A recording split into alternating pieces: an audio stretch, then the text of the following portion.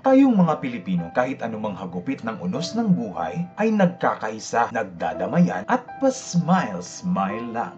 That's the Filipino spirit. Yung nagbabayanihan at nagtutulungan. Kahit maraming kurakot sa gobyerno, ay hindi nagpapaapekto. Yung lakas makamove on. Yung tipong iniwan lang ng girlfriend, pero makakahanap din ng iba. Ginagamit ang impluensya para makatulong sa iba. Yung nagkakaisa sa pagdarasal. Hindi masyadong nagrereklamo. Yung positibo lang sa buhay. Ginagawang lahat, maitawid lang ang isang bagay. Yung chicken lang ang mga problemang yan. Binabangga kahit ano o sino, lalo na kung nasa tama ito. Matapang na tao, walang inuurungang hamon sa buhay. Di patitinag, malakas ang loob at pananampalataya. Gumagawa ng paraan, naniniwala at umaasang may bukas pa. Sa anumang pagsubok yan, walang hindi kakayanin. Sige lang ng sige sa buhay. Pinoy that's the Filipino spirit.